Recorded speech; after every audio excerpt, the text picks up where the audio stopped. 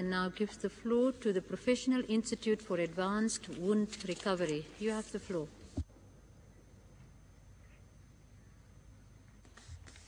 Excuse me. Do you have a business card? I'm from Toronto. We've been watching what happened to your group. We work on it. I don't know if you're... Good afternoon, Madam President. My name is Jerry Leaphart. I am the Chief Legal Officer of the Professional Institute for Advanced Wound Recovery. At approximately 3:30 p.m. yesterday, an internal UN communication was read to me stating that my organization's written statement would not be published in this conference's intranet. Madam President, before I start my oral presentation, I must request assistance of your good office to reverse that instance of discrimination and of censorship. I assure you the language of my organization's written statement was appropriate and moderate, as is our custom. We have published other written statements that are part of the UN's archives, including statements made at Durban and afterwards. Madam President, our written statement did make mention of the need for reparations arising out of the transatlantic slave trade, and we referenced our home country's inappropriate boycott of this conference. We also indicated that we would be petitioning the Oxford English Dictionary to have the word anti-Semite and its derivatives removed from the lexicon because that word is incongruent. It excludes Palestinians, Arabs, and persons of Middle Eastern descent from its protective aura and is limited to protecting the interests of present-day Israelis who are, by and large, of Eastern European descent and who are not ethnically Semitic.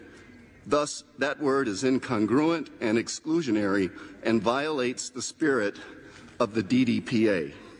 Our statement also linked the events of 11 September 2001 to racism and to xenophobia, not just because that event thwarted the ability to call attention to the DDPA, which concluded mere days prior to 9/11, but also because the almost instantaneous ability to blame Arabs for the event served to deflect attention from the fact that the event itself has never been fully analyzed, investigated, nor properly explained.